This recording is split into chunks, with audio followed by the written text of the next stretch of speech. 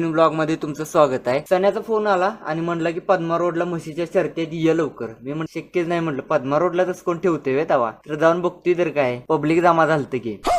पहिल्यांदा म्हशीच्या शर्ती आहेत, नंतर उंटाच्या आहेत. मग सगळं पब्लिक एवढं जमा झाले बघा, सगळीकडनं उभारल्यात आणि पद्मा रोड अक्कन सगळा मोकळा गेलता. जो बाजारपेठेचा मेन रोड आहे तो. शेवटी कोल्हापूर करू नाद केला तर टॉपचा करायचा, नाहीतर करायचाच नाही. सगळं पब्लिक रस्त्याच्या साईडला उभारलं. नियोजन खट्ट गेलतं. शर्त्या चालू झाल्या.